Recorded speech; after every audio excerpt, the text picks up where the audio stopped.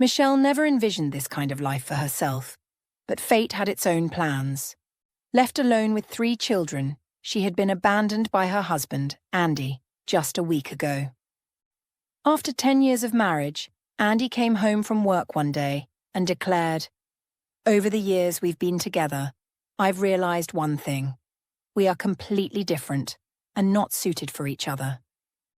But we've been together for a decade, raised 3 wonderful children.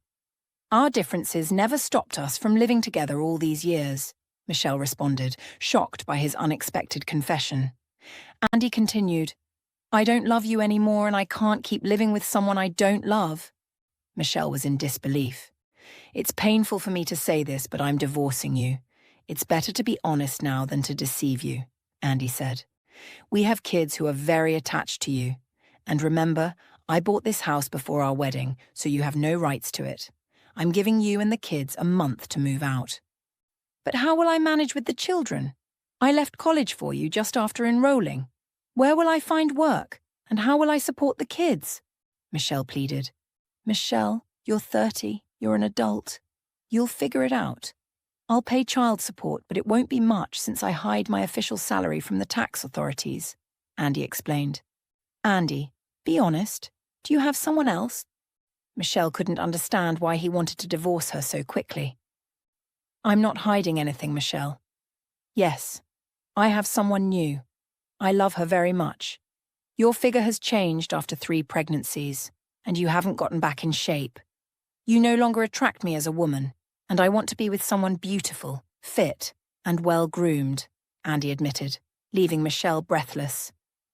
Initially, Michelle hoped Andy would come to his senses, but a week before the deadline to move out, he started asking if she was ready. "No, I thought you were joking," Michelle said, but Andy was serious. Michelle had to leave as new owners were moving in soon. She had nowhere to go. In the city, her parents lived in a large, spacious apartment. Michelle had a complicated relationship with them, but she had no choice. She didn't have money for rent. Andy left her with almost nothing. She had to move in with her parents, a decision that was difficult and tearful. "I'll give you 1 room, the biggest one, so you can fit there with the kids. Your father and I can't sleep together. We need separate rooms. But you're young and can sleep on the floor," said Samantha, her mother. "Of course, Mom, we'll manage. I didn't want to burden you, but you understand my situation is difficult. Who would have thought Andy would leave me with nothing? I tried all these years for him, for the kids, and this is how he treats me. But I'll manage. I'll find a job, and with my first paycheck, I'll rent an apartment," Michelle said. "Oh, Michelle, you could have had such a great career if you hadn't left college. You had just enrolled and then dropped out. I was so angry at you crying at night because you didn't listen to me and married Andy. Then you got pregnant with the 1st, 2nd, 3rd child, and there was no time for studying. How will you find a job now?" her mother lamented. "I don't know. Maybe as a waitress or a cleaner," Michelle shrugged. "Your father is a scientist, and his daughter will be a servant," her mother retorted. Michelle weakly protested, acknowledging that her mother was partly right. "I told you back then, don't leave college, we'll help with the child. But you didn't listen. Andy was against my studies and I couldn't oppose him. I loved him very much and was dependent on him and his opinion." "And where is this Andy now?" "He's doing well, earning decently, but you and the kids don't see any of that money. We paid for tutors for you throughout high school," her mother continued. "Mom, we can't change the past. Please don't start." "It's hard enough as it is," Michelle said, leaving the kitchen for her room. So they lived, the 4 of them in 1 room, gradually getting used to their new living situation.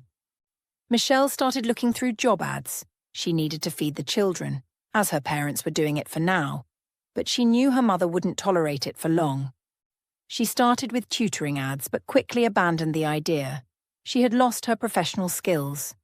Yes, she could read and translate, but that wasn't enough anymore. New technologies and programs had appeared, which she wasn't proficient in. She then looked for sales positions in stores, but with no experience, they didn't hire her there either. Desperate, Michelle started looking at ads for housekeeping jobs. She even called a few numbers, but there were always issues. Either something didn't suit her, or the employer. One day, Michelle came across an ad for a housekeeping job. The salary was good. She called the number in the ad. She needed the money badly to avoid ending up on the street with her kids. An elderly man answered and immediately said that if she was from an agency, he would hang up right away. Michelle explained that she wasn't from an agency and desperately needed a job. "Can you start tomorrow?" the man asked. "Sure," Michelle replied quickly. Michelle wrote down the address. In the evening, she told her mother she was starting a job as a housekeeper. "Mum, can you please pick up the kids from kindergarten?" she quietly asked her mother. Samantha agreed to pick up the kids. She was retired and could afford to stay home. That night, Michelle was restless, worried about how everything would go and if she could even work as a housekeeper. But she reassured herself that she could do it. After all, she used to clean her large house alone when she lived with Andy. All the household chores were on her, as Andy was stingy with money for a housekeeper. Morning came, and Michelle took her 3 children to kindergarten, then boarded a bus heading towards the suburban area where the elderly man lived. Before ringing the doorbell, she tried to calm herself down. Finally, her hands reached for the bell, and she rang it. The old man seemed to have been waiting for her and opened the door quickly. "Hey, Michelle, please come in," he greeted. "Let me show you the house and what needs to be done," said Mason, the elderly man, as he led her inside. The house was indeed large and seemed a bit gloomy to Michelle. "You'll need to clean the first floor every day. On the second floor, I only use the bedroom, so it needs daily cleaning, and the rest once a week. Plus, you'll need to cook for me. If you work with a 1-hour break, you can finish by 5 p.m. I pay well. I don't skimp. Are you interested?" "Yes, I'm interested," Michelle replied. The amount of work Mason described seemed small to her. She used to manage all that daily in. The past, plus taking care of the children. "You can start today. There's a closet on the first floor with all the cleaning supplies you'll need. I'll leave you to it," he said. Michelle stood in thought for a few minutes, unsure of what to start with first. But then she gathered her thoughts and headed to the closet where the buckets, brooms, and mops were stored. Her first day went well. She was quite tired, but it was temporary, just from being out of practice. Michelle enjoyed cooking for Mason. "Michelle, you cook wonderfully, just like my wife Catalina," he said with a deep, sad sigh. "I miss her so much, words can't express it. We loved each other so much, but she left me too soon. I brought her from Spain. Her parents were both American but emigrated to Spain long ago, where Catalina was born. She knew both English and Spanish well, and every few years her parents would visit their homeland." Michelle was pleased with the coincidence. She had also learned Spanish in school and remembered it quite well. She even began to dream that one day she and Mason would converse in Spanish. Surely he had learned it too. "Spain is so sunny and warm, while here in Portland it's rainy and gloomy," Michelle said. She wanted to know more about Mason and his late wife. The old man seemed to need just a nudge to start talking. He gladly delved into his memories. "I met Catalina while vacationing in Spain. I had long dreamed of vacationing there. Magnificent beaches, picturesque nature, attractions. Spain always attracted me. One day on the beach, Catalina heard us speaking English and asked if we were from the United States. We said yes, we had come to relax, and that's how our conversation started. I liked her immediately, and she seemed to like me too. Our next meeting was already on my turf. Catalina came to Buffalo with her parents to visit relatives. I found out and invited her to Portland. She came. And Michelle, those were unforgettable days of happiness." Mason smiled broadly. "Mason, you tell the story so wonderfully that I felt like I lived through that time with you," Michelle admitted. "Then we had a whirlwind romance that ended with Catalina moving here and our wedding. How did her parents react to her move? Surprisingly, they weren't against it. They were happy for us. I was already working in publishing and got Catalina a job as a translator. Her parents often visited us. 20 years after our marriage, her parents died in a car accident. Catalina was devastated. She lived in Spain for 6 months because they were buried there. I thought she would never recover, but thanks to our young children, Catalina regained her moral strength and returned to work. We often travelled to that sunny country, spending several months there at a time. In her last years, Catalina travelled there every 2 months, saying she was drawn to the place where she had lived so many years and where her parents died. Did you let her go there so often? Yes. What else could I do, Michelle? Sometimes I travelled with her, but more often she flew to Spain alone. My work often didn't allow me to travel. I held a high position in publishing, and for some reason, she preferred to travel there alone. I sometimes felt she wanted to tell me something, asked her about it, but she kept silent. I didn't push her. She only said her soul was drawn there, and that was it. Do you think she might? Michelle asked. I don't know. Now there's no way to find out. Catalina is gone, and why do I need to know this in my old age? I got carried away talking. Do your kids like sweets? Of course they do, like any children. Then I'll give you some treats for them, the man said, heading to the pantry. He returned with a bag full of sweets, mostly marshmallows. Michelle's youngest daughter loved those marshmallows. My grandson Chad brought me a whole bag of sweets recently. I asked him why, as I don't have many teeth left and don't like sweets. He said it was for guests. Here, take it, Mason said, handing Michelle the bag. Thank you so much.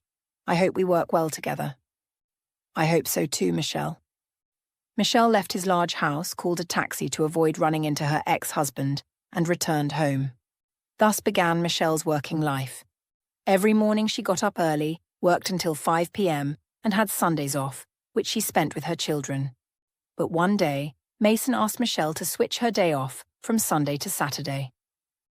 Michelle, I'm very sorry to ask this, knowing you have 3 young children, but could you work this Sunday instead?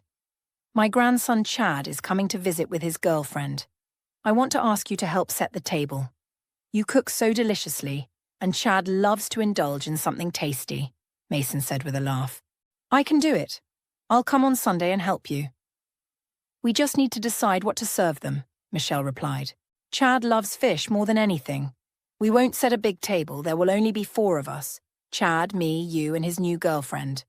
But I distrust all his new girlfriends. They're only after one thing, his money. Chad owns a car dealership, not the fanciest, but profitable. I once helped him by gifting a large sum of money. He decided to buy a car with it, went to Japan with a friend, bought a car, and sold it in Russia for almost twice the price.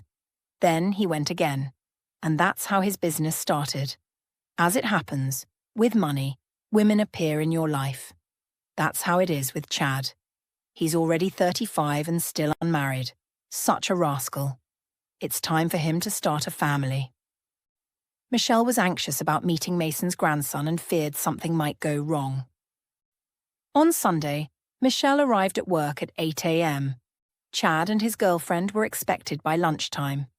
During this time, Michelle was so engrossed in cooking that she didn't even sit down. Mason helped her.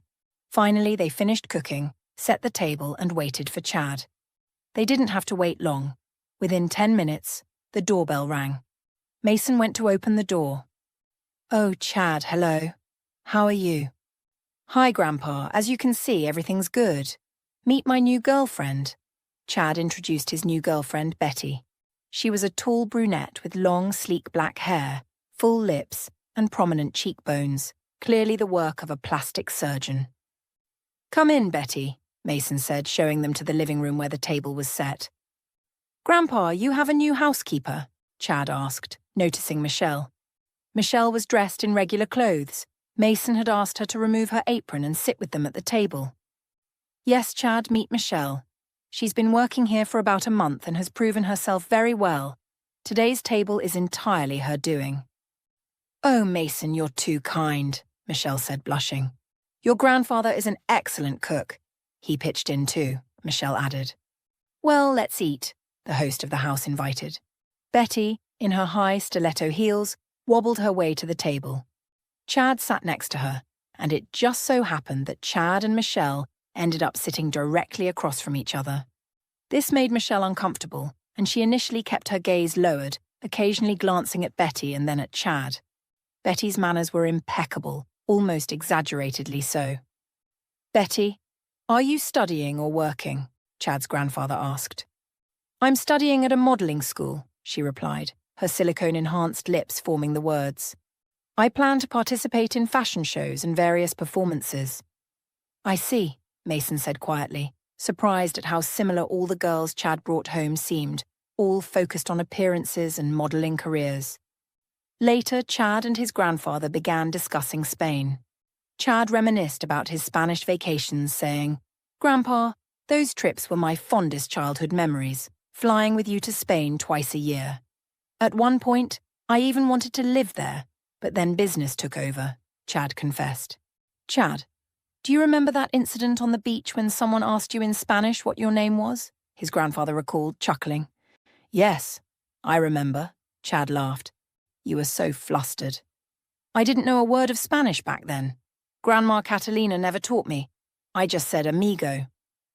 Suddenly, Chad turned to Michelle and spoke to her in Spanish, trying to catch her off guard. But Michelle responded confidently. Mason, amazed, turned to her.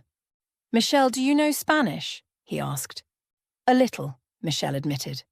I was passionate about foreign languages, but I dropped out of college in my first year, which I now deeply regret. Oh, what happened? Mason asked. I got married, and my husband didn't really want me to continue with college. Then we had children. Well, your husband is one lucky man that you listened to him, Chad commented. Michelle lowered her head. We divorced 2 months ago. That's why it's important to build a career first and then have children to avoid ending up in such a situation. Poor and burdened, Betty said, elegantly sipping her burgundy wine. I agree with you, but back then, love blinded me, Michelle replied. And the children, they're not to blame for their parents' separation. I love them very much, she continued. They give me the strength to keep going. I don't plan on having children for at least 10 years, Betty said. But children are the meaning of our lives, Mason replied. Let's drink to the happiness of all the children in the world, just like you were happy during your holidays in Spain, Chad. The four of them raised their glasses. Michelle, where are your children now? Kindergartens don't work on Sundays, Chad asked. They're with my parents. After the divorce, the four of us moved in with my mum. Yes, the 3-room apartment is cramped, but it's temporary. I'm currently looking for a new place. Mason pays me well, so I'll be able to rent a place. I'll have enough money, Michelle explained. I don't envy you, Chad's girlfriend said disdainfully. The rest of the evening passed quietly. Chad showed the house to Betty and then approached Michelle, who was working in the kitchen. I'm impressed by your Spanish, he admitted. That's just a small part of what I managed not to forget. I used to listen to fairy tales in foreign languages with my kids, including Spanish. They loved them and fell asleep faster. You are an interesting woman, Chad said thoughtfully. My grandmother used to play not fairy tales but songs in Spanish, and we would have a great time. Grandma was very cheerful, but sometimes she became pensive. We knew to leave her alone during those times. After 10 minutes, Chad and Betty left. Michelle, you surprised me today. I didn't know you knew Spanish, Mason admitted. I know a little, Mason. We can sometimes speak in it, she suggested. I don't mind, Michelle, but now go home. Your children are waiting for you. And Michelle went home. From that moment on, Chad started visiting his grandfather more often, always coming alone, with various excuses. He always sought meetings with Michelle, but she avoided him, feeling awkward. Mason noticed the frequency of Chad's visits. Michelle, I think Chad comes because of you, he said one day. It just seems that way to you. Michelle hurried to justify herself. She felt Chad's interest in her. Once, Chad even tried to invite her out, but she nipped it in the bud. She didn't need new relationships. The old ones were enough for a lifetime. Then trouble struck Michelle's life, or so it seemed to her. Her ex-husband Andy sometimes took their children for the weekends, and one day he didn't return their eldest child. Betty was 6 years old. He returned the other 2, but not Betty. Michelle was shocked. What's the big deal? Her mother replied. He's as much a parent as you, Michelle. Mum, these are the children I've raised since birth. And Andy, what's he going to do with her? What did he say about bringing her back? He said he would return Hannah in a couple of days. A couple of days? Michelle was horrified. And what about Hannah? Did she want to stay with her father? Her mother was silent. Michelle started dialing Andy. "Hello, Andy, you didn't even warn me." "Don't worry. I told your mum that Hannah would stay with me for a few days." "But we didn't agree on that," Michelle protested. "Listen, I'm Hannah's father. My house has good conditions, plenty of space. She and Diane get along well." "With Diane?" Michelle was puzzled at first, not understanding which Diane her ex-husband was referring to. "Yes, with Diane, my new girlfriend." In the end, Andy didn't return Hannah in a couple of days or even a week. Michelle was very worried, and Mason noticed her distress. "Michelle, you're not yourself lately," he said one day. Michelle remained silent. "What happened?" the man inquired persistently. At that point, Michelle couldn't hold back any longer and burst into tears right in front of Mason. "My ex-husband took our eldest daughter and now won't return her. She's been living in his big country house for over a week. He doesn't let me talk to her on the phone and says he won't give her back, that he'll raise her himself. I don't even know how she's doing right now. She needs to prepare for school. Hannah is already 6 years old." Michelle tearfully shared her story. "I'll help you, though I don't know how yet. Do you know who your daughter is with now? When your ex-husband goes to work, who stays with her?" Mason asked. "Possibly with Diane, his new girlfriend." Mason involved his grandson Chad in this matter. Chad could charm any girl, and Mason's grandson was happy to help. On the first day, Chad rang Andy's doorbell, but no one answered. They opened the door only on the second day. "Hello, I live next door." "Could I possibly ask for some sugar?" Chad asked with his charming smile. The girl who opened the door was Diane. She looked Chad up and down. "My name is Chad." He extended his hand to her. "Diane," she replied, extending her hand in return. Diane led the way inside the house, with Chad following her. Diane looked very much like his current girlfriend, all dolled up with long hair extensions and similarly plumped lips. Chad knew how to talk to them. "Do you live here alone in such a big house?"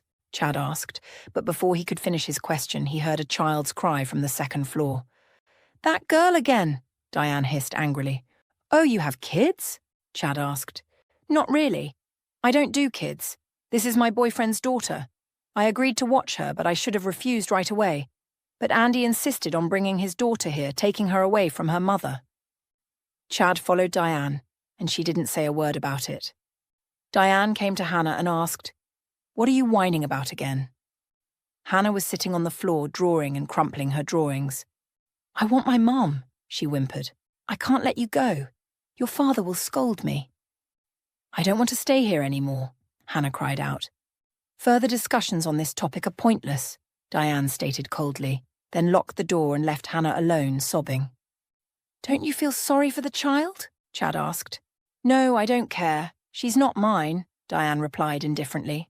"You're asking too many questions, neighbour. Do you want sugar?" "I'm sorry, yes please." In the kitchen, Diane asked what Chad did for a living. Learning that he ran a car dealership, she was delighted. "Oh, I love cars, especially luxury ones." "Want to take a ride? How about tomorrow afternoon?" Chad asked, getting her excited. "Yeah." "What about the little girl? Are you going to leave her alone?" Chad asked. "She's big enough," Diane replied indifferently, more interested in the cars. Chad realized that no one would be home at that time, and Michelle would have to sneak into her former home and take her daughter back. Chad told his grandfather everything, and Mason relayed it to Michelle. Michelle agreed to the plan, especially after learning that Hannah was unhappy there. She didn't sleep all night. Around lunchtime, Chad arrived in one of his luxury cars. After greeting his grandfather, he immediately went to Diane, who was already waiting for him, all dressed up.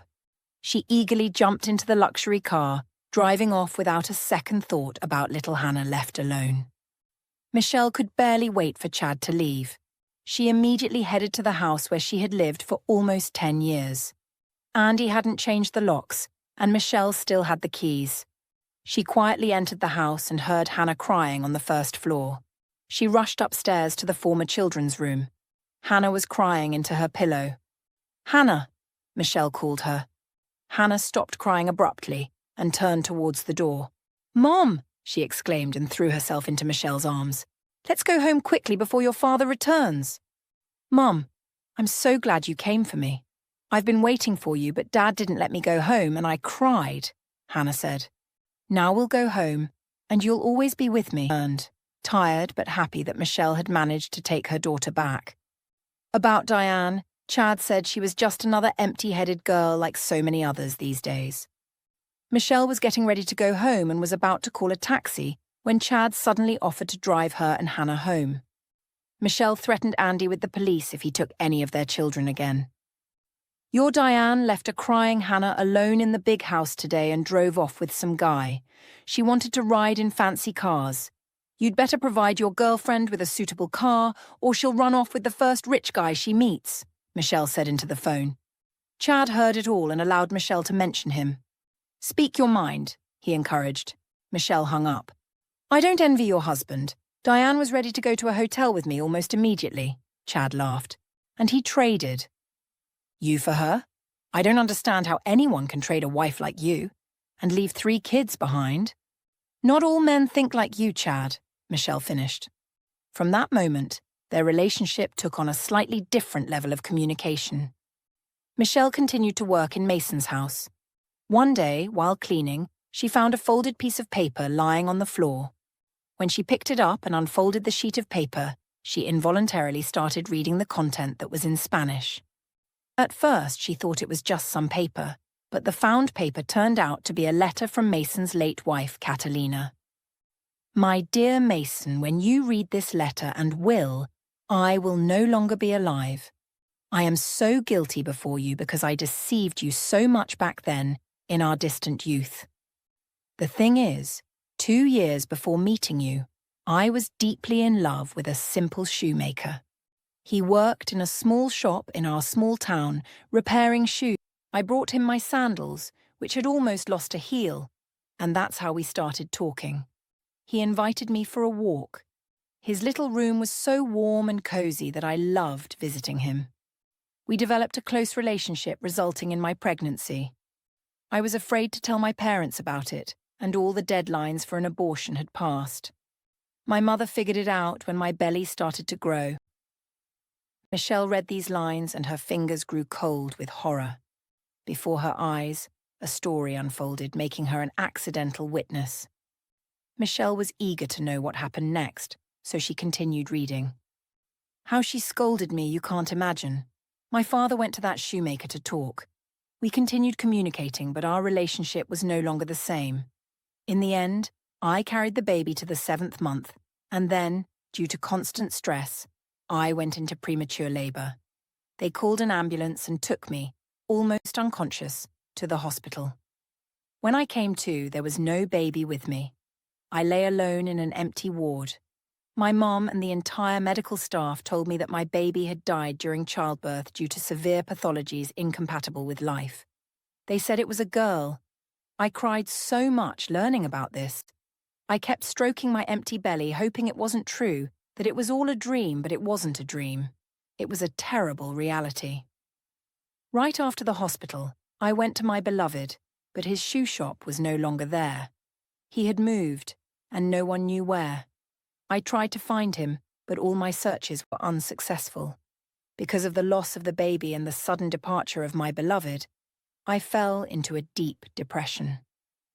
For about 6 months, I just lay there.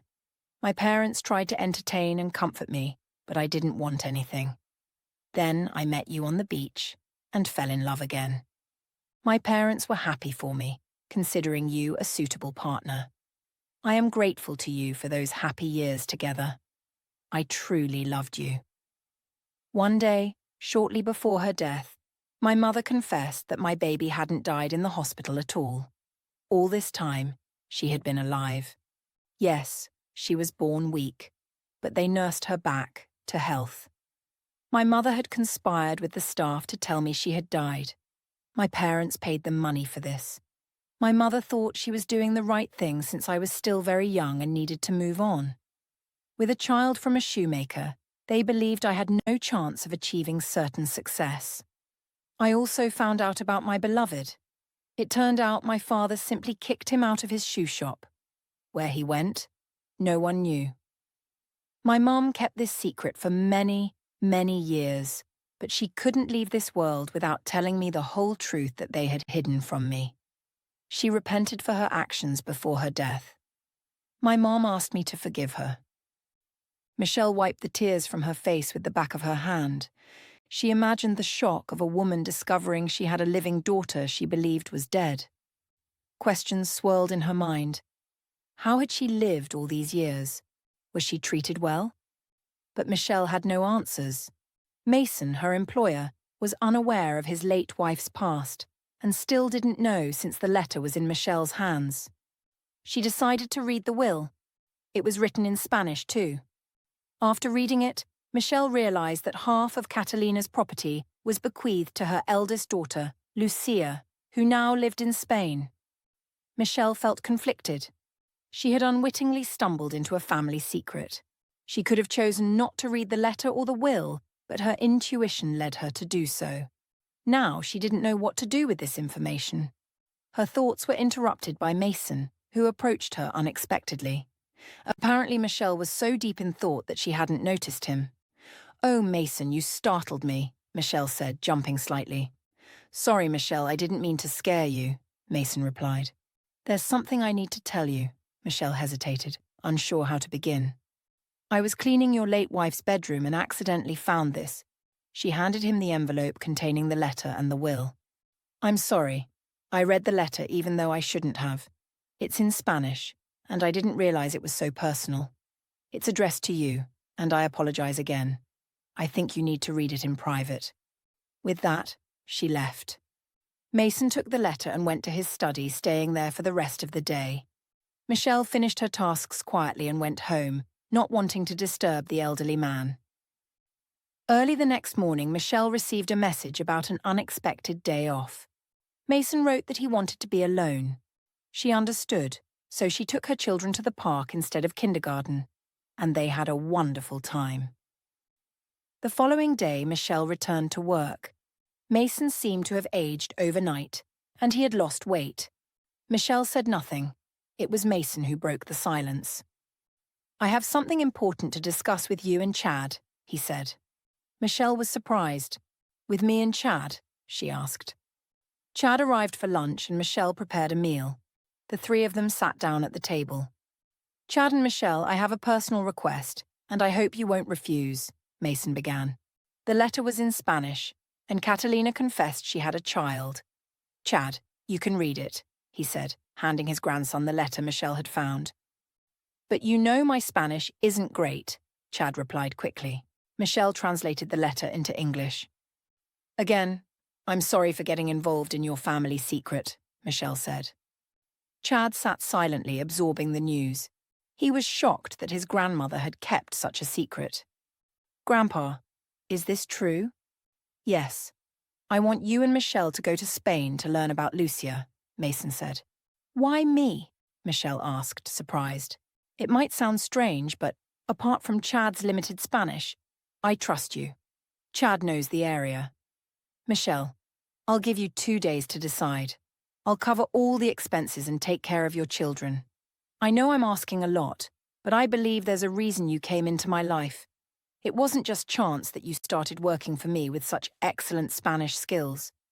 Chad, are you willing to go to Spain with Michelle to find your aunt?" "Yes, Grandpa.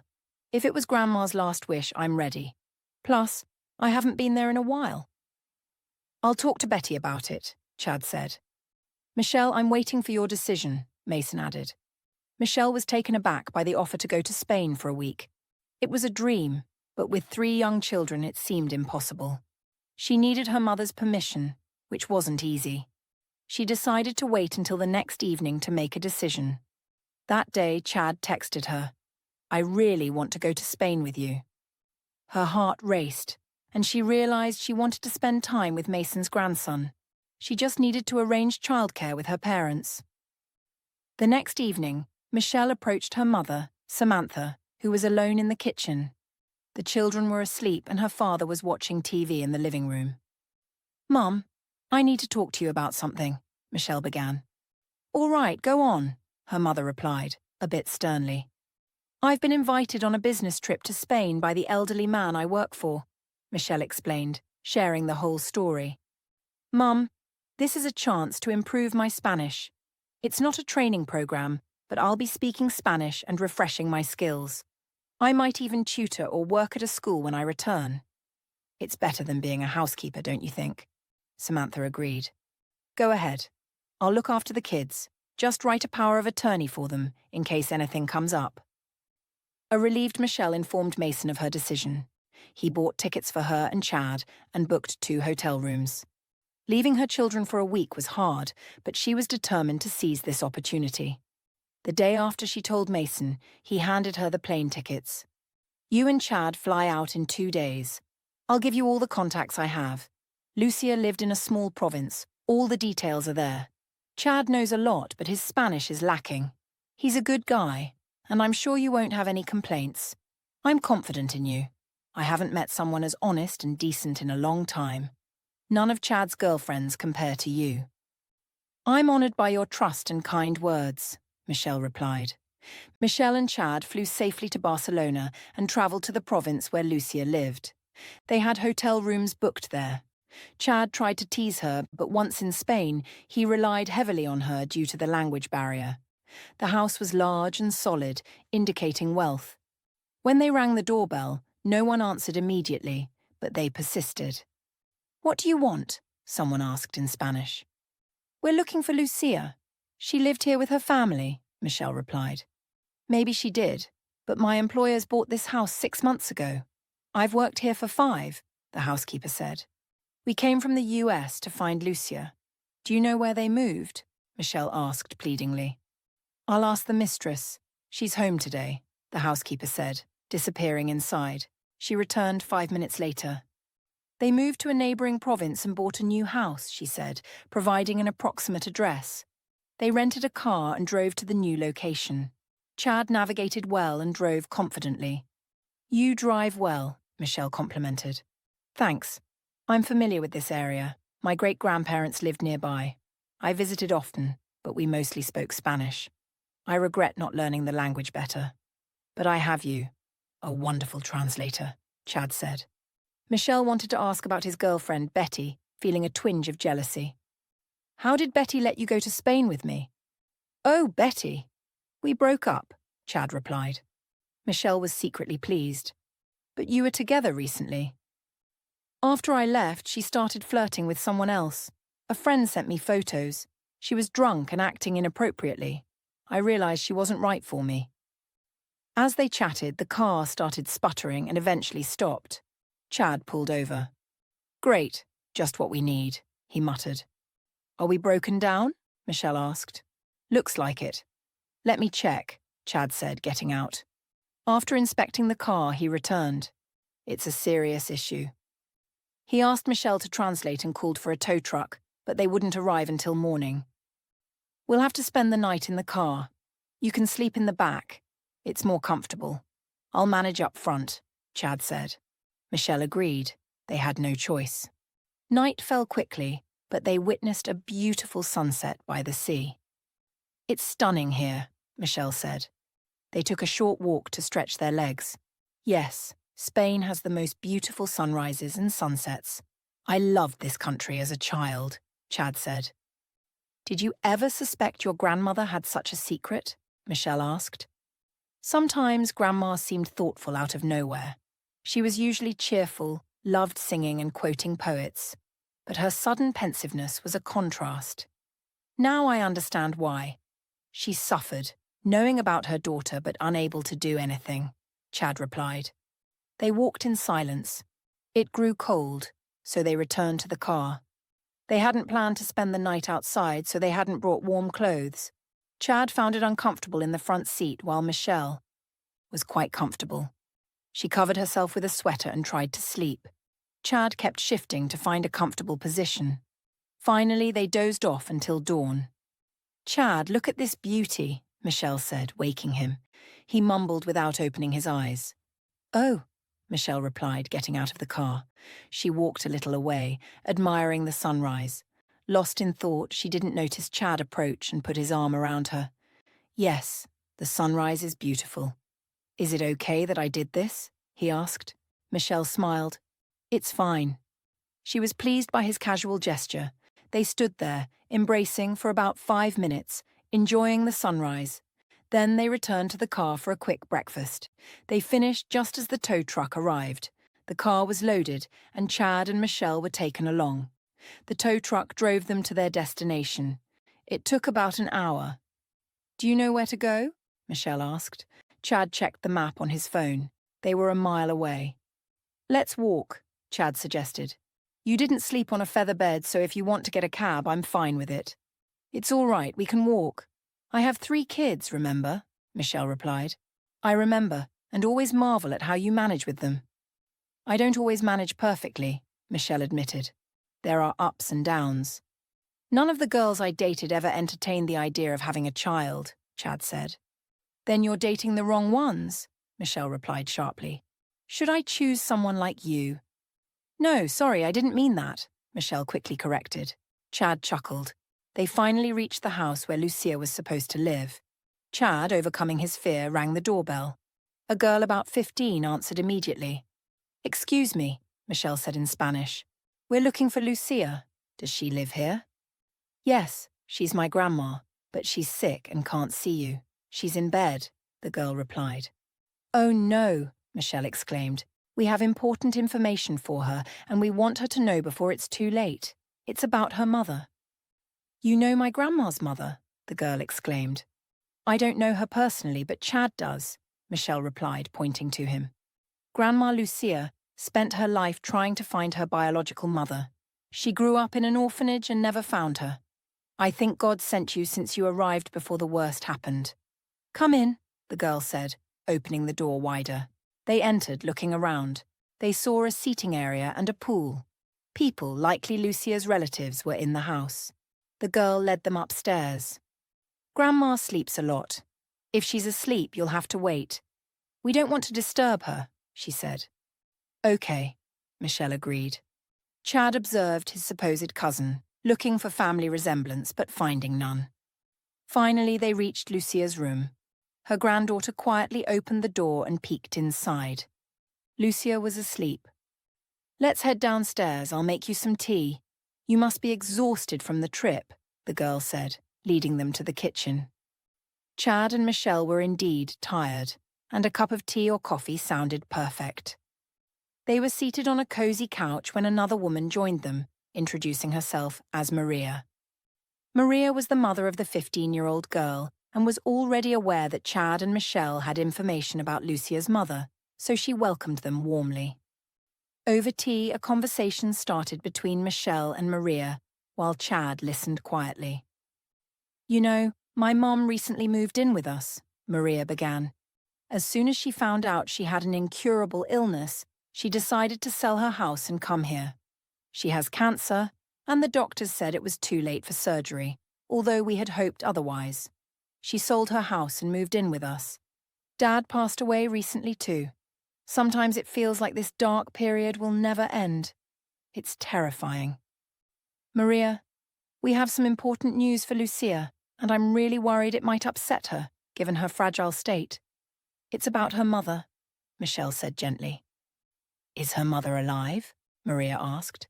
No, she passed away years ago, Michelle replied. It's such a shame they never met, Maria murmured softly. Mom waited for that meeting for so long. They did meet once, but Lucia didn't know it was her mother, Michelle explained. Maria seemed on the verge of tears. I'm sorry, it's a very sensitive subject for all of us. So, Mom did see her mother? Maria asked, her voice trembling. Yes, just once. Her name was Catalina. She was Chad's grandmother, Michelle said, gesturing to Chad. So, you're her nephew, Maria said, moving to hug Chad. He responded warmly, though an awkward silence followed. Then Maria continued her story. Mom never spoke much about her childhood, no matter how much my brother and I asked. We know she grew up in an orphanage until she turned 18, and that her mother left her at the hospital right after she was born. Maria could have shared more, but they were interrupted by the girl who had opened the door for them earlier. Grandma is awake, she announced. I told her we have guests, and she wants to see you. She's quite alert, and ready to meet you. Michelle and Chad returned to the second floor, not wanting to miss the opportunity.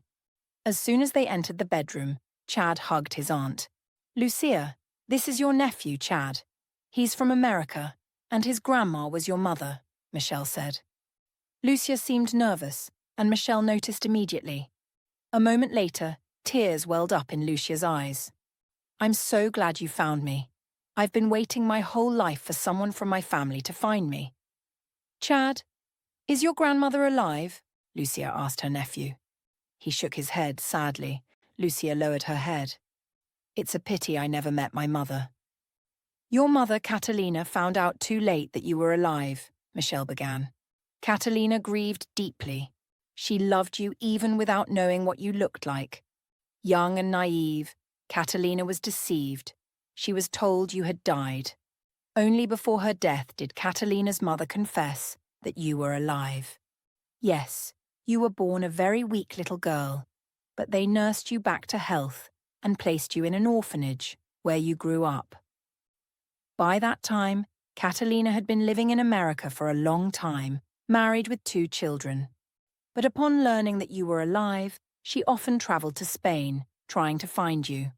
Neither her husband nor her children knew about you. She kept it a secret and continued to travel to Spain almost every year. She visited the orphanage where you grew up. A few months before her death, she found you, and you even spoke with her. But she didn't reveal that she was your mother. She was deeply ashamed." Lucia wiped her tears with her hand. "When I was little and lived in the orphanage, I waited for my mom every day. Sometimes I'd sit by the window in the evening and watch, hoping she'd come.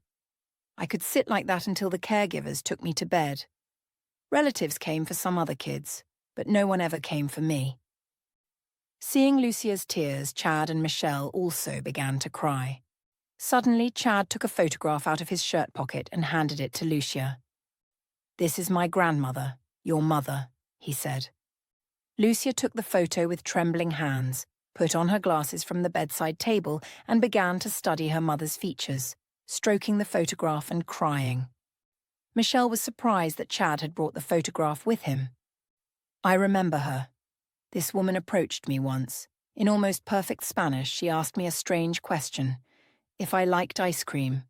I replied that I did, but only in childhood, as I wasn't spoiled with ice cream. Hearing this, she sobbed strangely and left, and I never saw her again. Now I at least know what my mother looked like. If I weren't sick, I would definitely go to America to visit her grave." "In America you have a half-sister, a brother, and 3 nephews, one of whom is me," Chad said. Surprisingly, he found the words to explain to his aunt in Spanish, as Lucia didn't know English at all. "You have new relatives now," Lucia said to Chad. "And I'm very glad about that," he admitted honestly. "Having a big family is a blessing." Lucia fell asleep. Chad and Michelle quietly left the room and went down to the living room, where all of Lucia's relatives had gathered. "How is she?" Maria asked. "She's asleep," Michelle replied. "Lucia shared her life in the orphanage with us, and we told her everything we knew about her mother, Catalina. It was an emotional journey for her." "Stay with us tonight," Maria suggested. "It's already getting dark, and from what I understand, you don't even know how you'll get to your hotel. We have plenty of space for everyone." Chad thought for a moment and agreed. However, his Spanish relatives assumed that he and Michelle were a couple and gave them one room. "I'll sleep on the floor," Chad said. "You can have the bed, but don't try anything," Michelle teased. "Very funny," Chad replied sarcastically. They ended up sharing the bed. Michelle placed a makeshift barrier between them with a blanket. Luckily, there were 2 blankets, making it easier for 2 strangers to sleep. By morning, Chad and Michelle woke up almost in each other's arms. Seeing this, Michelle pulled away and got out of bed, while Chad was already awake but pretended not to be. They got up and went downstairs. They needed to return to their hotel room. The next day, they had a flight back. They went back up to Lucia's room to say goodbye and then bid farewell to their relatives, deciding to keep in touch. Chad also mentioned his grandmother's will, but the Spanish relatives declined. Chad and Michelle left Spain feeling fulfilled. They had honored Catalina's wish. Lucia, at least a little before her passing, learned about her mother and gained new family members. Michelle missed her children, whom she hadn't seen for a whole week, and asked Mason for a few days off. Of course, he granted them, as she had done such a big thing for his family. This trip was more than a vacation. It was a lifeline. For the first time in a long while, Michelle felt invigorated, her heart brimming with new impressions and emotions that made her question everything she thought she knew about herself. Then there was Chad.